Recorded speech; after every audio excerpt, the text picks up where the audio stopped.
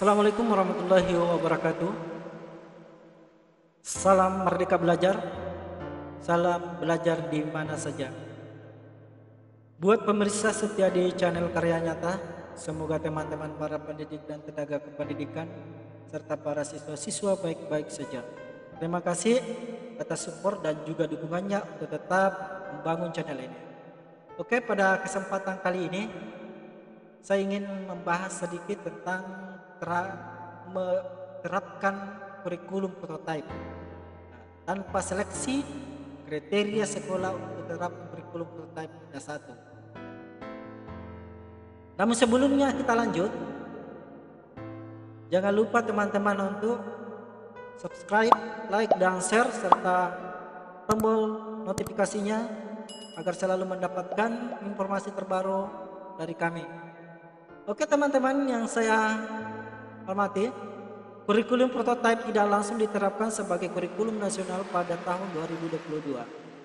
Jadi nanti ini kurikulum prototipe tidak mesti bahwa semuanya serentak harus dilaksanakan kurikulum prototipe ini. Menurut Kepala Badan Standar Kurikulum dan Asesmen Pendidikan BSKAP, Anindito Aditomo, hal ini untuk menegaskan bahwa sekolah memiliki tanggung jawab mengembangkan kurikulum sesuai konteks dan kebutuhan mereka masing-masing. Jadi periode ini kurikulum ini diserahkan kepada masing-masing satuan pendidikan untuk mengelola kurikulum ini, kurikulum asesmen atau penilaian, semuanya dikembalikan kepada satuan pendidikan untuk mengelola sesuai dengan kebutuhan masing-masing sekolah. Pada keterangan terbarunya melalui media sosial hanya ada satu kriteria bagi sekolah yang ingin menerapkan. Ya, hanya satu kriterianya untuk menerapkan kurikulum prototipe ini. Kriterianya apa? Ya tentunya sekolah itu berminat. Ya, berminat untuk menerapkan untuk perbaikan pembelajaran di sekolahnya. Ya, jadi hanya satu kriteria, yaitu apakah sekolah ini berminat atau tidak. Kalau berminat, ya silakan. Jadi tidak ada paksaan. Sekolah hanya perlu mendaftar dan didata. Ya. Kepala BSKAP Kemendikbudristek yang akrab disapa Nino ini menegaskan tidak ada seleksi bagi satuan pendidikan. Jadi tidak ada seleksi bagi satuan pendidikan yang ingin menjalankan kurikulum tersebut. Untuk menjalankan kurikulum prototipe ini tidak ada satupun seleksi yang dilaksanakan oleh kementerian. Jadi prosesnya adalah pendaftaran dan pendataan. Hanya dua proses yang harus ditempuh bagi sekolah yang ingin ingin menjalankan kurikulum ini, yaitu hanya mendaftar dan pendataan, bukan seleksi. Itu penjelasan dari Nino dalam media sosialnya. Ya, dikutip dengan izin Selasa 11 Januari 2022. Kemudian pihak Kemendikbudristek akan mempersiapkan materi yang memaparkan kurikulum prototipe. Ya, pihak kementerian ini akan mempersiapkan materi-materi untuk memaparkan, untuk menyampaikan kurikulum prototipe itu. Nantinya kepala sekolah maupun kepala madrasah yang ingin menerapkan diwajibkan mempelajari materi tersebut. Ya, akan disiapkan materinya, kemudian diserahkan kepada kepala-kepala sekolah untuk mempelajari materi tersebut. Kalau memungkinkan sekolahnya mampu melaksanakan kurikulum prototipe ini, maka terbuka peluang besar untuk sekolah tersebut. Namun apabila memutuskan untuk mencoba, sekolah perlu mengisi formulir pendaftaran dan survei singkat. Ya, nanti akan kementerian juga menyediakan sebuah formulir pendaftaran dan survei singkat. Artinya tentunya pendaftaran siap untuk menjalankan kurikulum prototipe 2022 ini dan siap untuk disurvei. Ya. Nino menyatakan pihaknya percaya bahwa keberhasilan penerapan kurikulum prototipe bergantung pada kesediaan kepala sekolah. keberhasilan penerapan kurikulum prototipe ini tergantung dari kepala sekolah. Jadi kembali kepada kepala sekolah mampu atau tidak, ya, serta guru dalam memahami dan mengadaptasinya sesuai konteks di satuan pendidikan mereka sendiri. Makanya materinya akan disiapkan oleh materi kurikulum prototipe akan disiapkan oleh Kemendikbudristek, ya, akan dibagikan kepada pihak sekolah. Karena keberhasilan kurikulum prototipe ini tergantung dari kepala sekolah dan guru. Bagaimana kemudian mengadaptasinya, memahami tentang konteks di satuan pendidikan mereka sendiri. Dengan demikian, kurikulum prototipe dapat diterapkan di semua sekolah madrasah. Semuanya bisa diterapkan. Bukan hanya di sekolah madrasah yang punya fasilitas. Ada sekolah yang punya fasilitas yang sangat mewah. Ada sekolah yang memiliki fasilitas yang begitu lengkap, tetapi itu bukan jaminan untuk melaksanakan kurikulum prototipe ini. Atau ada sekolah yang berada di kota saja. Tidak menutup kemungkinan sekolah-sekolah yang ada di luar sana, yang ada di pedesaan, ketika mereka mampu menerapkan kurikulum prototipe ini, maka sah-sah saja. Tidak menutup kemungkinan, ya.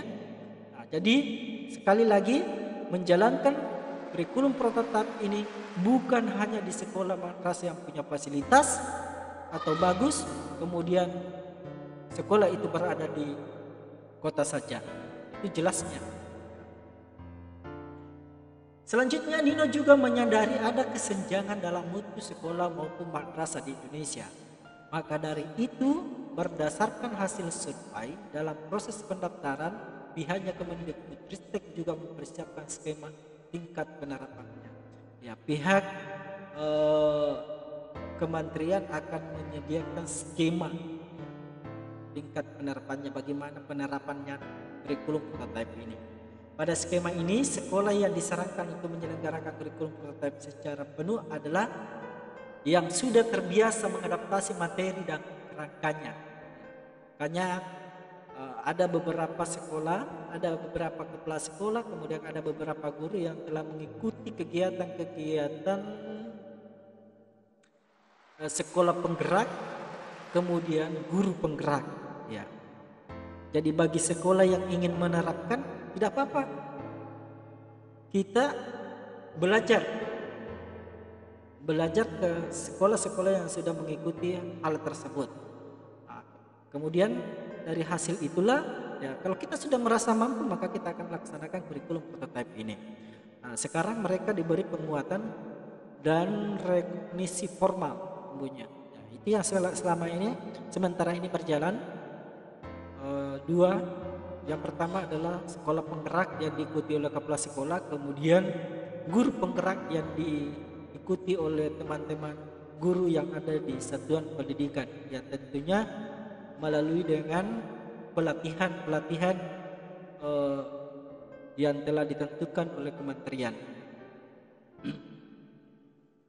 Nah, sementara yang belum terbiasa akan dianjurkan menerapkan secara parsial. Pada tahun pertama, sekolah-sekolah masih memakai kurikulum 2013. Jadi sekolah-sekolah di tahap pertama ini, sekolah yang ingin melaksanakan kurikulum prototipe, tidak apa-apa.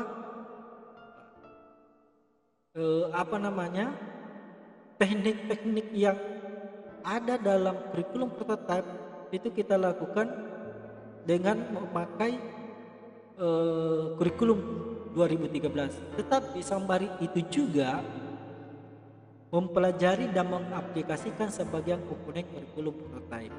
Jadi penggabungan antara dua kurikulum, yaitu kurikulum 2013 dan kurikulum prototipe.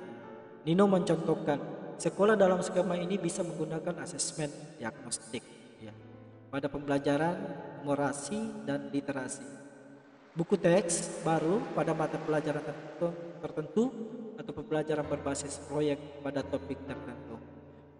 Jadi kesimpulannya bahwa penerapan kurikulum prototipe ini tidak mesti bahwa eh, harus dipaksakan, ya, tidak dipaksakan. Bagi sekolah yang merasa dirinya mampu untuk melaksanakan atau menerapkan kurikulum prototipe ini, maka sah-sah saja.